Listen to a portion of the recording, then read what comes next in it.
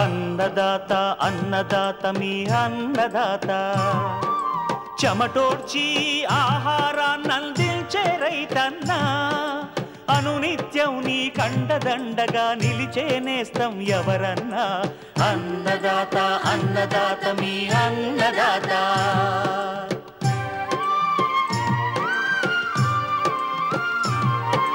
నూతన రీతుల సాగుబడికి నూరింతలు పెరిగే దిగుబడికి సూచనలిచ్చే సస్య రక్షణకు పశు పోషణకి శాస్త్ర విజ్ఞానం అందించి ముందుకు నడిపే తెలుగు రైతు భారతదేశానికి మకుటం అయ్యేలా తీర్చిదిద్దే ఆశయంతో మిమ్ము మేలు కొలిపేది అన్నదాత అన్నదాత అన్నదాత మీ అన్నదాత అన్నదాత అన్నదాత మీ అన్నదాత. అన్నదాత ప్రేక్షకులకు నమస్కారం. ఓం ఏకదంతాయ విద్మహే వక్రతుండాయ ధీమహే తన్నో దంతి ప్రచోదయాత్. ఆది పూజ్యుడు విఘ్నాలను తొలగించే వినాయకుని జన్మదినం సందర్భంగా మనం వినాయక చవితి జరుపుకుంటాం. భాద్రపద శుద్ధ చతుర్థి నాడు గణపతిని పూజిస్తే సకల శుభాలు జరుగుతాయని విశ్వసిస్తాం. సమస్త విశ్వానికి ఆధారశక్తిగా పూజలందుకుంటున్న గణపతి హలదారి పక్షాన నిలవాలని, ప్రతి కష్టంలోనూ విజయాన్ని అందించాలని కోరుకుంటూ వినాయక చవితి శుభాకాంక్షలు అందిస్తోంది మీ అన్నదాత. ఈనాటి ముఖ్యాంశాలు: అరటిగల నాణ్యతను పెంచేందుకు మార్గాలు, బంతి రకాలు సాగులో మెలకువలు,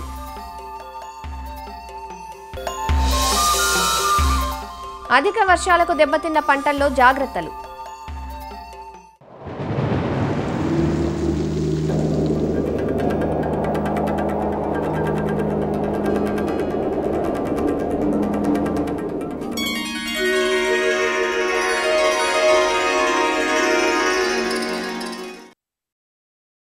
ఎడతెరిపి లేకుండా కురిసిన వానలు ఉభయ తెలుగు రాష్ట్రాల్లోని పంటలపై తీవ్ర ప్రభావాన్ని చూపాయి. ఆంధ్రప్రదేశ్లో కృష్ణా, గుంటూరు జిల్లాల్లో వరద పోటెత్తి తీవ్ర నష్టం వాటిల్లగా, ఉత్తరాంధ్ర జిల్లాల్లోని కొన్ని ప్రాంతాల్లో అధిక వర్షాల ప్రభావం ఉంది. నీట మునిగిన వరి, మొక్కజొన్న పంటల్లో తెగుళ్లు రాకుండా తిరిగి పైరు పెరిగేలా ఎలాంటి జాగ్రత్తలు చేపట్టాలో సూచిస్తున్నారు విజయనగరం ఏరువాక కేంద్రం coordinator doctor K Lakshman. August చివరి 3 రోజులు, అదేవిధంగా సెప్టెంబర్ 1వ తేదీన కలిపి దాదాపు 80 మిల్లీమీటర్ల వరకు కూడా వర్షపాతం నమోదు కావడం జరిగింది. చాలా మండలాల్లో అంతకంటే ఎక్కువగా కూడా నమోదు కావడం జరిగింది. ఈ వరి పంట అనేది దాదాపు ఒక 2,30,000 ఎకరాల వరకును సాగు అవ్వడం జరుగుతుంది. చాలా వరకు నాట్లు పడిపోయినటువంటి పరిస్థితి ఉంది. 30 నుంచి 40,000 ఎకరాల వరకు ఇంకా నాట్లు పడవలసిన పరిస్థితి ఉంది. అయితే అటువంటి దగ్గర ఇది చాలా ఉపయోగకరమైనదనే చెప్పుకోవాలి. పంట నాటిన తర్వాత పెరుగుదల దశలో ఉన్న దగ్గర వరి పంట అధిక వర్షపాతం నమోదైందో అటువంటి దగ్గర ఏంటంటే, ఒకవేళ నీరు అధికంగా ఉన్నట్లయితే వీలైనంత తొందరగా ఈ యొక్క పొలంలో నిల్వ ఉన్నటువంటి నీరుని తప్పనిసరిగా బయటకు తీసివేయాలి. ఈ అధిక నీరు ఒక 3-4 రోజులు నిల్వ ఉండడం, అదేవిధంగా మబ్బులతో కూడినటువంటి తుఫాను వాతావరణం నెలకొన్నటువంటి కారణంగా కొన్ని రకాలైనటువంటి వ్యాధులు ఈ యొక్క పంటకి ప్రబలేటటువంటి అవకాశం ఉంది. ఈ యొక్క పాము పొడ తెగులు, ఈ పాము పొడ తెగులు ఆశించినప్పుడు ఏంటంటే, దుబ్బు మొదల దగ్గర పాము పొడ ఆకారంలో మచ్చలు ఏర్పడి అవి క్రమేపీ కలిసిపోయి ఎండిపోయినట్లుగా జరుగుతుంది. ఈ యొక్క పాము పొడ తెగులు ఆశించినప్పుడు తప్పనిసరిగా దీని నివారణకి 1 మిల్లీలీటరు ప్రోపికొనజోల్ అనే మందును కానీ, లేదంటే 2 మిల్లీలీటర్ల హెక్సాకొనజోల్ అనే మందును కానీ, లేదంటే 2 మిల్లీలీటర్ల వ్యాలిడామైసిన్ అనే మందును కానీ లీటర్ నీటికి చొప్పున కలిపి పిచికారి చేసుకోవాలి.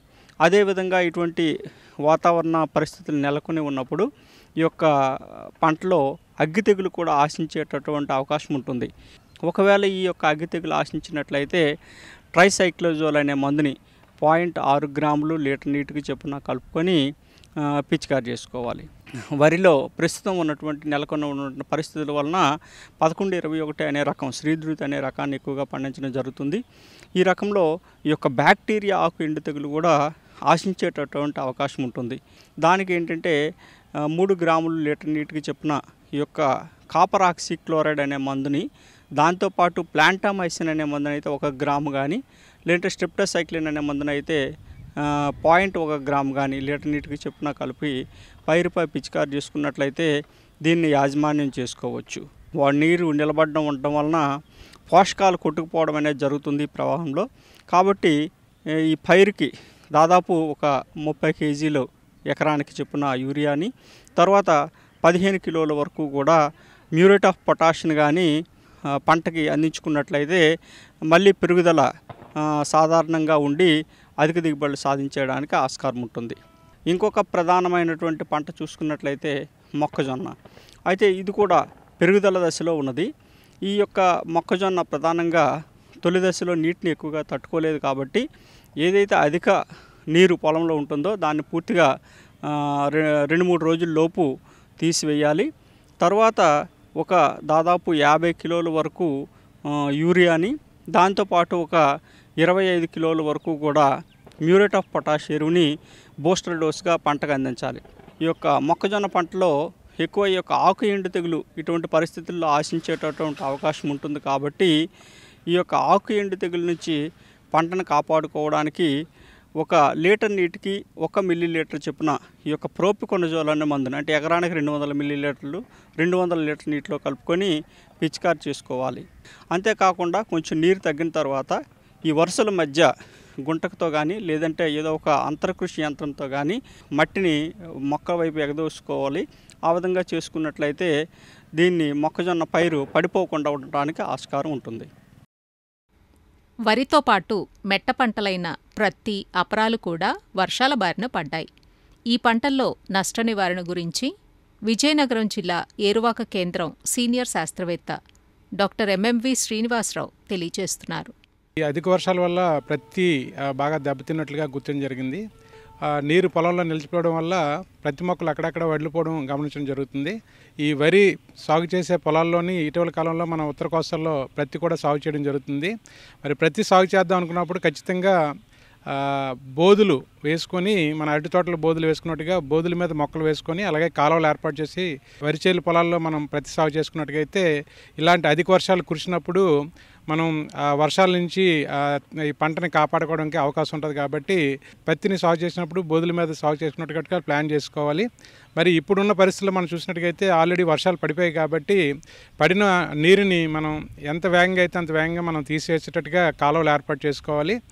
ఈ నీరు అధికంగా ఉన్న దగ్గర మొక్కలు వేగంగా వడిలిపోయడానికి అవకాశం ఉంది. కాబట్టి ముఖ్యంగా ఈ విల్ట్ వడల తెగులు అనేది మనం గుర్తిస్తున్నాము. వడల తెగులు ఎక్కడైతే మనం గుర్తిస్తున్నామో కాపర్ ఆక్సిక్లోరైడ్ 3 గ్రాములు, అలాగే దాంతోపాటు ప్లాంటామైసిన్ 1 గ్రాము, అలాగే 0.1 గ్రాము చొప్పున స్ట్రెప్టోసైక్లిన్, ఈ మూడిట్లో మనం పిచికారి చేసుకున్నట్టయితే ఆకులు, అలాగే కాండము, అలాగే మొదలు కూడా బాగా తడిచేటట్టు పిచికారి చేసుకోవడం వల్ల మనకి ప్రతి మొక్కలు మన ఈ వడల తెగుల్ని ఫర్దర్గా, అంటే మిగిలిన మొక్కలు రానివ్వకుండా కూడా మనం కాపాడుకోవడానికి అవకాశం ఉంటుంది. అలాగే పిచికారి చేసే ముందర మనం వీలైతే పదును వదులుతున్న టైంలోనే ఒక 15 నుంచి 20 కేజీలు యూరియా, ఒక 15 కేజీలు పొటాష్ కూడా ఎరువు వేసుకున్నట్లయితే మొక్కలు ఇమీడియట్గా రికవరీ అవడానికి అవకాశం ఉంటుంది. అలాగే ఒక 10-15 రోజుల తర్వాత మనకి ఈ పత్తిలో మనకి పిండి నల్లి ఆశించే అవకాశం ఉంది. కాబట్టి పిండి నల్లి నివారణకు కూడా మనం ప్రొఫెనోఫాస్ ఒక 2 నుంచి 3 మిల్లీలీటర్లు 1 లీటర్ నీటి కలుపుకొని పిచికారి చేసుకున్నట్టుగైతే ముఖ్యంగా ఈ ప్రత్తిని మనం ఇప్పుడున్న పరిస్థితుల్లో కాపాడుకోవడానికి అవకాశం ఉంటుంది. ఈ అధిక వర్షాలు వలన మనకి అపరాలు కూడా అక్కడక్కడ నష్టం కలిగినట్టుగా గుర్తించడం జరిగింది. ఈ కందిలో కానీ, అలాగే పెసర మినుములో కానీ అధిక వర్షాల వల్ల అక్కడక్కడ మొక్కలు వడిలి చనిపోవడం జరుగుతుంది. కాబట్టి రైతు సోదరులు మనకి ఒక 10 మీటర్ల దూరంలో లోతు కాలువలు వేసుకొని ఇమీడియట్గా పొలంలో ఉన్న నీరుని తీసేయడం మంచిది. నీరు తీసిన వెంబడే మనం 1 లీటర్కి 3 గ్రాముల చొప్పున కాపర్ ఆక్సిక్లోరైడ్ మనం పిచికారి చేసుకోవడం వలన వడల తెగులు తాలూకా శిలీంధ్రాన్ని మన పొలంలో తగ్గించుకున్నట్టుగా అవుతుంది. అలాగే ఏదైతే వడల తెగులు మొక్క తాలూకా కాండం అలాగా వేరు మీద ఆశించి ఉంటుందో అది కూడా మనం తగ్గించుకోవడానికి అవకాశం ఉంటుంది. అలాగే మొక్కల్ని కాపాడుకోవడానికి అవకాశం ఉంటుంది. వర్షాలు వదిలిన వెంటనే నీరుని తీసుకున్న వెంటనే మనం ఖచ్చితంగా పొటాషియం నైట్రేట్ కానీ 319 కానీ 10 గ్రాముల లీటర్ నీటి చొప్పున పిచికారి చేసుకున్నట్లయితే ఇమీడియట్గా మొక్కకి పైపాటుగా ఎరువులు అందించడం వల్ల మొక్కలు ఇమీడియట్గా కోలుకొని మరి ముందు మరి ఒక మోస్తరు దిగుబడి ఇవ్వడానికి అవకాశం ఉంటుంది.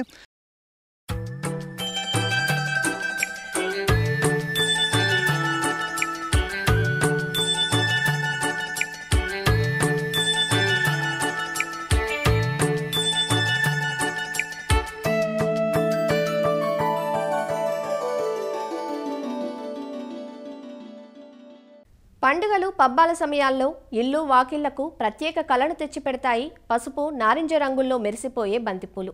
దసరా, దీపావళి, బతుకమ్మ, సంక్రాంతి పండుగల్లో బంతుల వాడకం ఎక్కువగా ఉంటుంది. గుమ్మాలకు తోరణాలుగా, రంగవల్లులుగా, ఇంటి అలంకరణలోనూ బంతిపూలది ప్రత్యేక స్థానం. అందుకే పండుగల సమయానికి బంతిపూలు మార్కెట్కు చేరేలా రైతులు ప్రణాళిక వేసుకొని సాగు చేస్తారు. ప్రకాశవంతమైన రంగుల్లో ఆకట్టుకునే బంతుల నుంచి మంచి యాజమాన్యంతో ఎకరాకు 8 నుంచి 10 టన్నుల దిగుబడి పొందే అవకాశం ఉంది. సరైన సమయానికి పించింగ్, ఎరువులు, సస్యరక్షణ యాజమాన్యం చేపడితే నాటిన 50 నుంచి 60 రోజులకు బంతి కోతలు తీసుకోవచ్చు. మరి బంతులు విరబూయాలంటే ఎలాంటి మెలకువలు చేపట్టాలో శ్రీ కొండా లక్ష్మణ్ తెలంగాణ రాష్ట్ర ఉద్యాన విశ్వవిద్యాలయం రాజేంద్రనగర్లోని పూల పరిశోధనా స్థానం శాస్త్రవేత్త డాక్టర్ ప్రణీత్ నుంచి తెలుసుకుందాం. మన తెలుగు రాష్ట్రాలలో సాగు చేస్తున్న పూల మొక్కలలో బంతికి వాణిజ్యపరంగా ప్రముఖ స్థానం ఉంది. బంతిని మనము వాతావరణ పరిస్థితులతో సంబంధం లేకుండా మనం అన్ని కాలాలలో సాగు చేసుకోవచ్చు. వర్షాకాలము, శీతాకాలము, వేసవికాలము, 15 నుంచి 30 డిగ్రీల సెంటీగ్రేడ్ ఉష్ణోగ్రతల మధ్య ఈ పంట అధిక దిగుబడిని గమనించవచ్చు. పండుగలకు మరియు శుభకార్యాలకు 85 రోజుల ముందు నారు వేసుకొని 60 రోజుల ముందు నారు మొక్కలను ప్రధాన పొలంలో నాటుకున్నట్లయితే అధిక లాభాలను పొందవచ్చు. ఈ పంటకు సారవంతమైన ఎర్రగరప నేలలు అనుకూలమైనవి. ఈ బంతిలో ప్రధానంగా 2 రకాలు ఉన్నాయి: ఆఫ్రికన్ బంతి, ఫ్రెంచ్ బంతి. ఆఫ్రికన్ బంతి పువ్వు యొక్క పరిమాణము పెద్ద సైజులో ఉండి ఏపుగా ఎత్తుగా పెరుగుతాయి. మార్కెట్లో వాణిజ్యపరంగా ఎక్కువ డిమాండ్ ఉండడం చేత ఆఫ్రికన్ బంతికి ఎక్కువ ధర పలుకుతుంది. ఈ ఫ్రెంచ్ బంతిని మనము చిన్న బంతి, ఎర్ర బంతి, కారబంతి, తుర్కబంతి అని వివిధ రకాల సాధారణ భాషలలో మనము పిలుస్తుంటాము. ఈ ఫ్రెంచ్ బంతిలో పూలు చిన్న పరిమాణంలో ఉండి పూల కుండీలలో ఎక్కువగా సాగు చేస్తుంటారు. అంతేకాకుండా ల్యాండ్స్కేపింగ్ విధానాలలో ఎక్కువగా సాగు చేస్తుంటారు. ఆఫ్రికన్ బంతి రకాలు పూసా నారింగి గైండా, పూసా బసంతి గైండా, అర్కా విబా, అర్కా అబి, బిదాన్ మ్యారీగోల్డ్ 4, బిదాన్ మ్యారీగోల్డ్ 5 ఈ రకాలు ఎక్కువగా ఆఫ్రికన్ రకాలు. ఫ్రెంచ్ రకాలు పూసా దీప్, అర్కా పరి, CGFM ఫ్రెంచ్ బంతి రకాలు. బంతిని విత్తనం ద్వారా కానీ కొమ్మల ద్వారా కానీ ప్రవర్ధనం చేసుకుంటాము. సాధారణ రకాలలో 800 నుంచి 1000 గ్రాముల విత్తనం అవసరం పడుతుంది. రైతులు ఎక్కువగా సాగు చేస్తున్న హైబ్రిడ్ రకాలలో 50 నుంచి 60 గ్రాముల విత్తనం అవసరం పడుతుంది. ఈ పంటను సాగు చేయడానికి నారుమడి 15 సెంటీమీటర్ల ఎత్తు, 1 మీటర్ వెడల్పు ఉండే విధంగా ఉంచుకొని నారుమడి తయారు చేసుకోవడానికి 8 నుంచి 10 కిలోల పశువుల ఎరువు, ఎర్రమట్టి, ఇసుక, వర్మీ కంపోస్ట్ని మిశ్రమాన్ని తయారు చేసుకొని ఆ మిశ్రమాన్ని నారుమడిని తయారు చేసుకొని దాంట్లో విత్తనం వేసుకోవాలి. ఈ హైబ్రిడ్ రకాలను ప్రోట్రేలలో కనుక విత్తుకున్నట్లయితే విత్తనం వృధా కాకుండా అవకాశం ఉంటుంది. ఇలా విత్తనం వేసుకున్నాక 20 నుంచి 20 రోజుల తర్వాత నారు మొక్కలను ప్రధాన పొలంలో నాటుకోవాలి. సాధారణ రకాలని 60 నుంచి 40 సెంటీమీటర్లు, హైబ్రిడ్ రకాలని 60 x 60 సెంటీమీటర్లు, ఫ్రెంచ్ రకాలని 20 x 20 సెంటీమీటర్ల దూరం ఉండే విధంగా నాటుకున్నట్లయితే ఎక్కువ దిగుబడి వచ్చి రైతుకు ఉపయోగకరంగా ఉంటుంది. ప్రధాన పొలం తయారు చేయడానికి 8 నుంచి 10 టన్నుల పశువుల ఎరువు, 180 కిలోల సింగిల్ సూపర్ ఫాస్ఫేట్, 50 కిలోల మ్యూరేట్ ఆఫ్ పొటాష్ మనకు ఎక్కువగా ఉపయోగపడుతుంది. 65 కిలోల యూరియా 2 భాగాలుగా చేసి ఒక భాగాన్ని ఆఖరి దిక్కులో వేసుకొని మిగతా సగంలో పావు భాగాన్ని శాఖీయ దశలో, మిగిలిన పావు భాగాన్ని పూత దశలో వేసుకున్నట్లయితే మొక్కలు ఆరోగ్యకరంగా ఉండి ఎక్కువ దిగుబడిని ఇస్తాయి. మొక్కలకు ఎక్కువగా తేమ శాతం ఉండే విధంగా చూసుకోవాలి. మొక్కలు కనుక నీటి ఎద్దడికి గురి అయితే మొక్క యొక్క ఎదుగుదల ఆగిపోయి దిగుబడి తగ్గిపోతుంది. మొక్కల మధ్య కలుపు లేకుండా ప్రతి 20 రోజులకు ఒకసారి కలుపు తీస్తూ ఉండాలి. మొక్కలు నాటిన 30 రోజుల తర్వాత మనం తలలు తుంచినట్లయితే మొక్కల యొక్క కొమ్మలు శాఖీయ భాగాలు ఎక్కువగా వచ్చి ఎక్కువ దిగుబడి వస్తుంది. అదే హైబ్రిడ్ రకాలలో మొక్కలు నాటిన 20 రోజులు కనుక మనం తలలు తుంచినట్లయితే పక్క కొమ్మలు ఎక్కువగా వచ్చి ఎక్కువ దిగుబడిని ఇస్తాయి. మొక్కలు నాటిన 60 రోజుల తర్వాత పూలను గమనించవచ్చు. పూలు కోసే ముందు 1 రోజు ముందు మనము నీటి తడులను కనుక ఇచ్చినట్లయితే పూల యొక్క పరిమాణము పెరిగి పూలు పూర్తిగా విచ్చుకొని పువ్వు యొక్క బరువు పెరిగి అధిక లాభాలు వస్తాయి. పేనుబంక, చిన్న పురుగులు పెద్ద పురుగులు పూల నుండి రసాన్ని పీల్చి పూల యొక్క నాణ్యతను దెబ్బతీస్తాయి. వీటి నివారణకి డైమిథోయేట్ 2 ml లీటర్ నీటికి థయోమిథాక్సిన్ 0.5 grams లీటర్ నీటికి కలిపి పిచికారీ చేసినట్లయితే ఈ పేనుబంకను మనము నివారించవచ్చు. తామర పురుగులు ఆకులను ఆశించి ఆకుల నుండి రసాన్ని పీల్చి పూల యొక్క దిగుబడిని తక్కువ చేస్తాయి. ఈ తామర పురుగులను నివారించడానికి ఇమిడాక్లోప్రిడ్ 0.5 ml లీటర్ నీటికి కలిపి పిచికారీ చేసినట్లయితే నివారించవచ్చు. పిండి నల్లి రసం పీల్చే పురుగు పూల కింద, పూల యొక్క కాడల దగ్గర, ఆకుల కింద మనం ఎక్కువగా గమనిస్తాము. దీనివల్ల పూల యొక్క నాణ్యత కోల్పోతుంది. దీనిని ప్రథమ దశలో గమనించినట్లయితే ఆ పూలని, ఆకులను సేకరించి పొలం బయట కాల్చివేయాలి. వాటిని నివారణకి డైమిథోయేట్ 2 ml లీటర్ నీటికి కలిపి కనుక పిచికారీ చేసినట్లయితే మనము ఈ పిండి నల్లిని నివారించవచ్చు. మనము ఎకరానికి 7 నుంచి 8 టన్నుల వరకు మనము దిగుబడిని పొందవచ్చు. సాధారణ సమయంలో 30 నుంచి 50 రూపాయలు ధర పలుకుతే, పండుగ సమయంలో అధిక డిమాండ్ ఉన్న సమయంలో 100 నుంచి 150 రూపాయల వరకు ధర పలుకుతుంది. పండుగ సమయాలను మరియు వివిధ శుభకార్యాలను దృష్టిలో ఉంచుకొని 60 రోజుల ముందు కనుక రైతు సాగు చేసినట్లయితే రైతుకి అధిక లాభాలను పొందవచ్చు.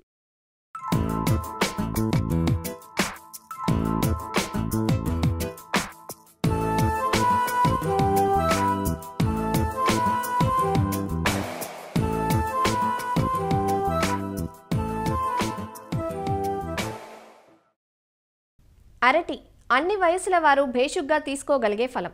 అందుకే ఏ సీజన్లోనైనా ఎన్ని రకాల పండ్లు మార్కెట్లోకి వచ్చినా అరటికి డిమాండ్ మాత్రం తగ్గదు. ఉభయ తెలుగు రాష్ట్రాల్లోని అన్ని రకాల భూముల్లో సాగు చేసుకునే అవకాశం ఉండటంతో సాగు విస్తీర్ణం కూడా ఏటికేడు పెరుగుతూ ఉంది. ప్రాంతాన్ని బట్టి, స్థానిక అభిరుచులను బట్టి వేసుకునే రకాల్లో కొద్దిగా మార్పులు ఉన్నా అధిక దిగుబడినిచ్చే టిష్యూ కల్చర్ గ్రాండ్ 9 రకం ప్రాచుర్యంలోకి వచ్చాక ఎకరాకు 40 టన్నులకు పైగా దిగుబడులు సాధించడం చూస్తున్నాం.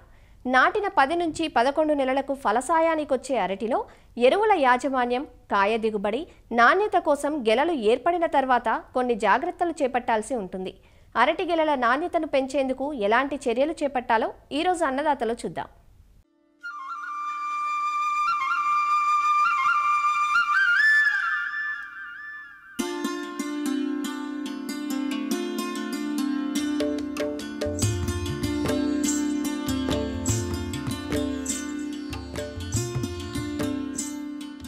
అరటి రకాన్ని బట్టి నాటిన 6 నెలలకు గెలలు వేయటం మొదలు పెడతాయి. గెలల అభివృద్ధి దశలో కొన్ని మెళకువలు చేపట్టినట్లయితే అధిక బరువుతో, మంచి సైజుతో ఆకర్షణీయమైన గెలలను పొందవచ్చు. తద్వారా మార్కెట్లో అధిక ధరలను రాబట్టుకోవచ్చు. అరటి గెలల దశలో చేపట్టాల్సిన యాజమాన్యపు మెళకువలేవో చూద్దాం. ముందుగా ఆకులను తొలగించటం. దీనినే డీట్రాషింగ్ అంటారు. గెలలకు దగ్గరగా ఉన్న ఆకుల వల్ల గెలలపై రాపిడి జరిగి కాయలపై గాయాలు ఏర్పడతాయి. అవి నల్ల మచ్చలుగా మారి గెల నాణ్యతను తగ్గిస్తాయి. ఈ రాపిడిని నివారించాలంటే గెలల అభివృద్ధికి అవరోధంగా ఉన్న ఆకులను, వాటితో పాటు చీడపీడలు ఆశించిన ఆకులను కూడా తొలగించాలి. తరువాతది బెల్ ఇంజెక్షన్. గెలల అభివృద్ధి దశలో రసం పీల్చు పురుగుల బెడద ఎక్కువగా ఉంటుంది. ముఖ్యంగా తామర పురుగుల వల్ల గీకినట్లుగా గరుకు మచ్చలు, గార ఏర్పడుతాయి. రసం పీల్చు పురుగుల నివారణకు పూమొగ్గ, కాడ వచ్చే సమయంలోనే కాడ దిగువ భాగంలో బెల్ ఇంజెక్షన్ ద్వారా ఇమిడాక్లోప్రిడ్ 1 మిల్లీలీటరు లీటరు నీటికి కలిపిన ద్రావణాన్ని కాడ లోపలికి పంపించాలి. దీనివల్ల గెల అభివృద్ధి దశలో రసం పీల్చు పురుగుల బారి నుంచి కాపాడుకోవచ్చు. తరువాతి యాజమాన్య చర్య డీఫ్లవరింగ్. గెలలోని హస్తాలు వచ్చే సమయంలో హస్తాల చివరన ఉండే చిన్న పూలను తొలగించాలి. ఈ పూలను తొలగించటం వల్ల గెలలపై రసం పీల్చు పురుగుల బెడదను తగ్గించవచ్చు. ఇక గెలలోని హస్తాల మధ్య రాపిడి జరగకుండా నివారించటానికి 2 వరుసల హస్తాల మధ్య మృదువుగా ఉండే పర్ఫురేట్ షీట్ను ఉంచాలి. ఇది కుషన్లా పనిచేసి రాపిడిని నివారిస్తుంది. మరో యాజమాన్య చర్య డీనావెలింగ్, అంటే మగ పువ్వును తొలగించటం. గెలలోని అన్ని హస్తాలు ఏర్పడిన తరువాత కాడ చివరన ఉండే పువ్వును మగ పువ్వు అంటారు. ఈ పువ్వును తొలగించటం వల్ల కాయలు బాగా అభివృద్ధి చెంది గెల బరువు పెరుగుతుంది. దీనితో పాటు చీడపీడల బెడద తగ్గుతుంది. మరో ముఖ్యమైన యాజమాన్యం అరటి గెల తొడిమెను కప్పి ఉంచటం. అరటిలో గెలలు వేసే ముందుగా ఒక పోటాకు వస్తుంది.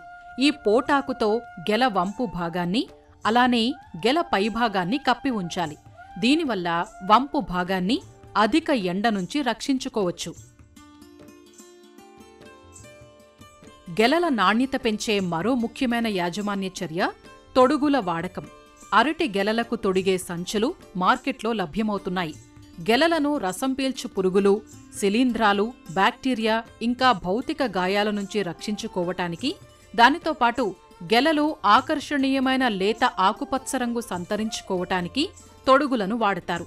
సంచులను తొడగటం వల్ల గెలలు వారం నుంచి 10 రోజుల ముందుగా పక్వానికి వస్తాయి. ఈ తొడుగులను గెలలోని అన్ని హస్తాలు వచ్చిన 2 వారాల తర్వాత వాడుకోవాలి. తొడుగులను గెల 2 చివర్లలో కట్టాలి. గెలలు అభివృద్ధి చెందే కాలాన్ని బట్టి రంగు తొడుగులను వాడుకోవాలి. గెల అభివృద్ధి చలికాలంలో ఉంటే తెల్లని తొడుగులు లేదా పేపర్ తొడుగులు వాడాలి.